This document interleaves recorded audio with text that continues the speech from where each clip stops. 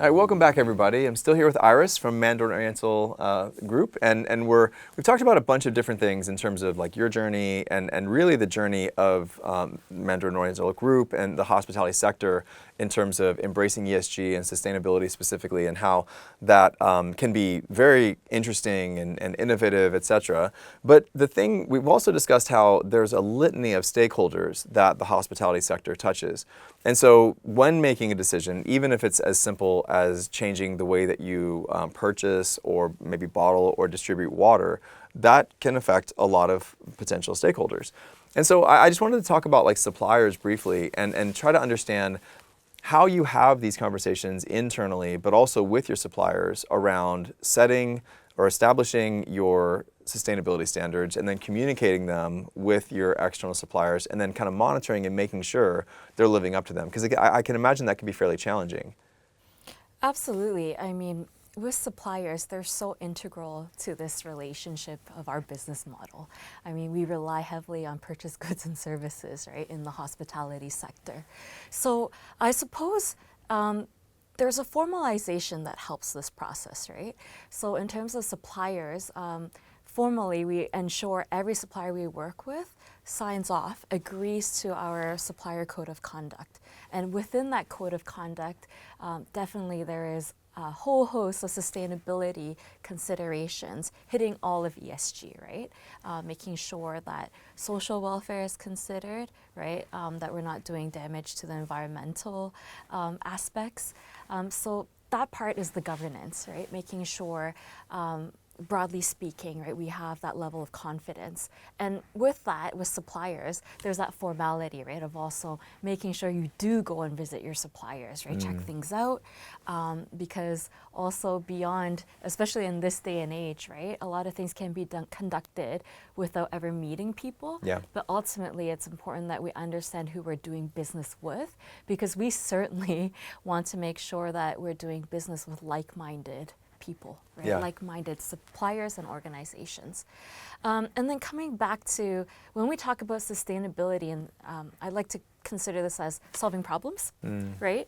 You want to work with people, and I use that word like-minded. And like-minded is an interesting thing because we don't expect perfection at this stage. This is what's interesting about sustainability, right? And you talked about it being innovation. It really is. We're here to challenge whether we can do more, whether processes can be improved, whether products can evolve, right?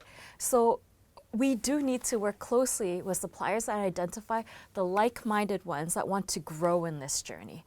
And you can absolutely only do that, I think, when human relationships are at play. So talking to those suppliers, right?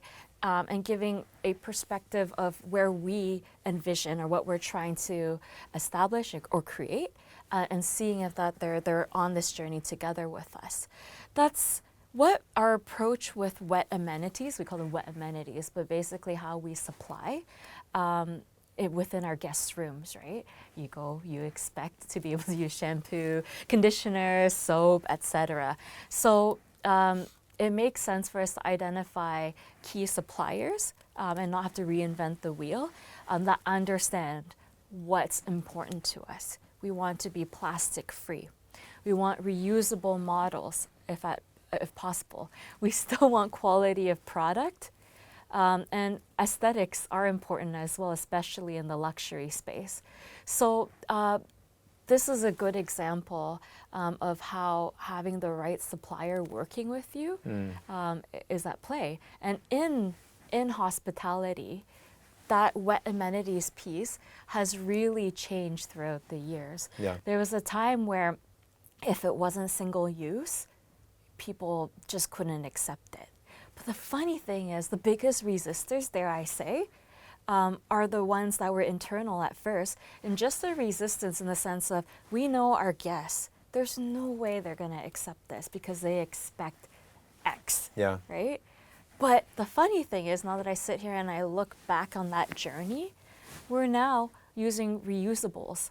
I mean, multi-use within all of our operations, primarily for a whole bulk of the wet amenities that we offer. And we also have our due diligence, right, to check how our guests feel about it, and we're not getting complaints, right? So I think that's the most important thing, right? But ultimately, from a sustainability perspective, we're very proud, right, because the footprint from the prior model where we had the single use, the little containers, there's absolutely a lot of efficiencies involved, and it makes dollars and cents. It really does, right?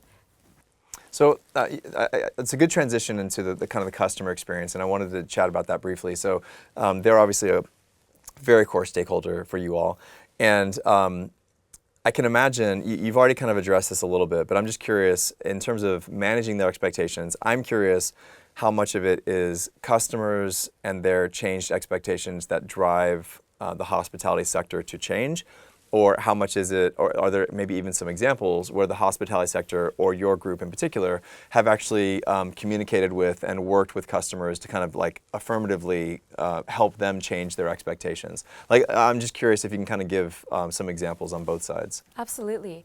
Our guests definitely drive our responses, and we regularly check in terms of surveys with our guests, especially guests that keep coming back to us, right? We really value that feedback. And what we've seen is increasingly sustainability is becoming, I wouldn't, it would be disingenuous to say the most important decision factor. It's absolutely not, right, when they come to stay with us. That's the truth. But it is amongst the top 10 considerations, and it's at over 70% of importance. And I do see that increasing over time because we have seen that gradually climb up. And I think it comes with the sense of responsibility that guests feel, especially with increasing at their fingertips a lot of information and knowledge about these topics, right? And aside from sustainability being topical, I think it's important as we learn in this journey to share back with our guests and also bring each other along on the journey. So we don't need for them necessarily to say it's material for us to respond. We can also share with our guests how we've responded in certain ways, right? So that I think is very interesting from a communications piece, right? To explain, the many ways that we've considered how we're executing our services, right? And that can be done in tactical ways, right? Through messages that you leave, right? Or an opportunity for the guests to learn more. We like to do that. Leave either a QR code that they can scan behind, something like honey, right, that we've left in their room that could have been delivered by, freshly harvested from beehives that we have on site. Or we worked with a local beekeeper, right? So they can access that information. Not only is it tasty, but also our reasoning, right? How important bees are as pollinators to the whole food chain itself, right? But how special it is that we're able to, now have this as part of your guest experience, for example, right? And it can be even much more experiential than that. In the example of honey, we have one property in Abu Dhabi that's quite well known now for a young beekeepers program. So it's now been integrated as programming, right, where they've got over 30 beehives on site. And so our young fans, right? Because at Mandarin Oriental, our logo is a fan. So we also have fans of the brand. So our young fans that stay with us, we're able to bring them as part of this Young Beekeepers program. And so there's a learning component and it's experiential. And I dare I say it can be an unforgettable experience, especially for young, impressionable minds. Yeah, so I think those are really cool examples. Just before we conclude this portion, I want to talk about more subtle changes internally, because I think sometimes if you're traveling, if you're a fan of just being in a hotel and stuff, there's a lot of like little things. Just like, when you own a house, there's little changes you can take in terms of temperature, chillers, all these different things that maybe aren't as cool, maybe not as in your face as watching someone keep bees or something, but they do have a material difference. And so, some examples would be, there were maybe 5, 10, 15, depending on where you were years ago, hotels kind of stopped, or they would say like leave your towels on the floor if you want them washed, or hang them up if you don't. The same thing in terms of like bedding and changing and washing of bedding, or like the temperature of the thermostat. And again, these may seem like very small things, but they can have very significant impacts in terms of sustainability. So for example, I know there's a very vast amount of consumption of water on site for things like laundry that we as guests maybe don't think about when we have a towel wash or something like that. Or simultaneously, the amount of power that's consumed based on the thermostat and the temperature that's in the room. So I'm curious if there are things in that regard that you have done in order to simultaneously improve sustainability. Maybe that's kind of connected to customers.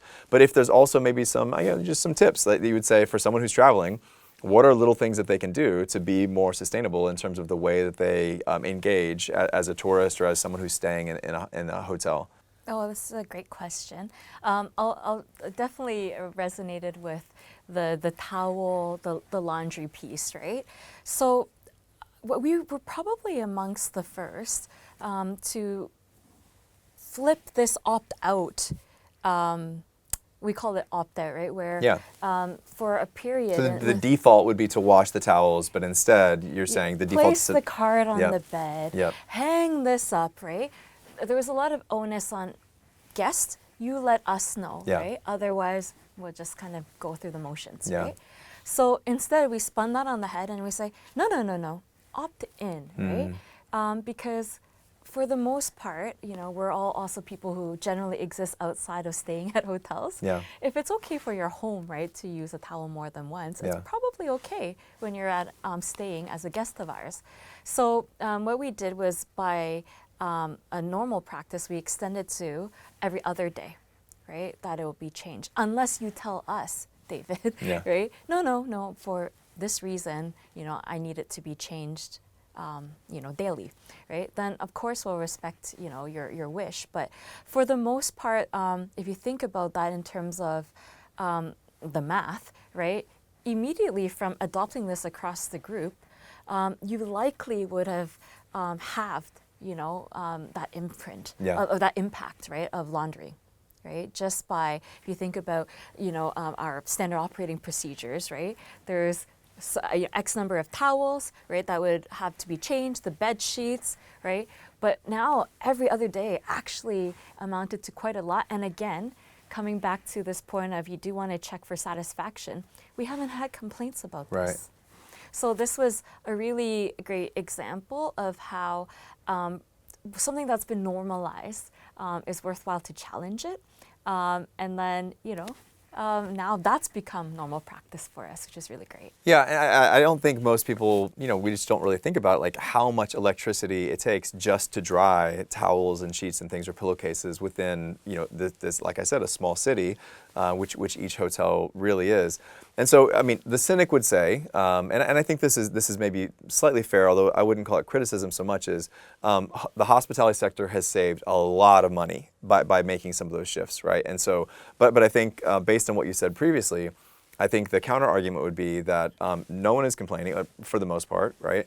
And part of the business case for ESG and for sustainability in every sector, but including in hospitality, is you kind of get the benefit of both, right? It's actually significantly more sustainable if we are, cutting the amount of washes, for example. But yeah, simultaneously, the business earns a little bit more. I'm assuming that's been part of the driver for some of these changes. Absolutely. I think at the end we are a business, right? Sure. So anything that can be measurable and delivers an impact in terms of metrics is important.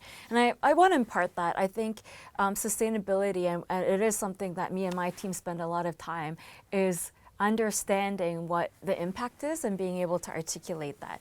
And that comes with measurement, right? So ESG, I think, is also associated with the data piece of it, right? Because within the data is where we can find more answers and more solutions, I should say, and more opportunities of what we can look into further. and further impact. Right? So it is absolutely, I think, when I think about on this journey, about when I go out there, right? Because I'm on a continual learning process as well, right? This is a shared concern, right? That there's a real opportunity for us to measure more and also the quality of that data. Okay, so maybe as a concluding thought on this, do you have any tips for travelers? What are the 3 or 5 things that everyone should do in order to kind of minimize their footprint if they're staying in a hotel? I think the three or five things is great, right? But my tip will be, when you come into our environment, right? The tip would be just to ensure anything that's, to your liking, right? We're happy to make sure that we tailor it to you, but also feel free to share with us, right? What isn't necessary, right? So if you go into a guest room and it's just too cold, don't just leave it. We're very happy to adjust it or show you, because a lot of our rooms are also definitely designed in a way that you can adjust, right? And it should be that way. Because not only is it important for us, right, to tailor it to your comfort, but that also does contribute to, unnecessary waste, right? Especially if we're powering, air conditioning to a point where you're not comfortable and it's above and beyond what you needed anyways, Yeah. right? So I think that I would impart that communication is really, I think, a great tool in terms of us catering better for travelers, but also for travelers to also, I think, be considerable with their impact and potentially lower their impact. Yeah, that's a great point. So kind of a thing that I've had ever since starting soap cycling was I initially, 10, 12 years ago, I spoke with a lot of housekeeping staff, which I obviously had never really done before, because we were trying to understand how to work with them to make it easy for them to collect the soap and bathroom amenities for us and stuff. And one thing I didn't know, and I'll just leave this for everyone, they work really hard. Absolutely. They have so many rooms to do. And so one of the things, I tell myself it's because of sustainability. I think part of it is a little bit of maybe my shared guilt, but I try to have them clean as little as possible, like during my stay, because again, I like to be clean, but I also don't necessarily like do a top-down cleaning of my room or my house every single day.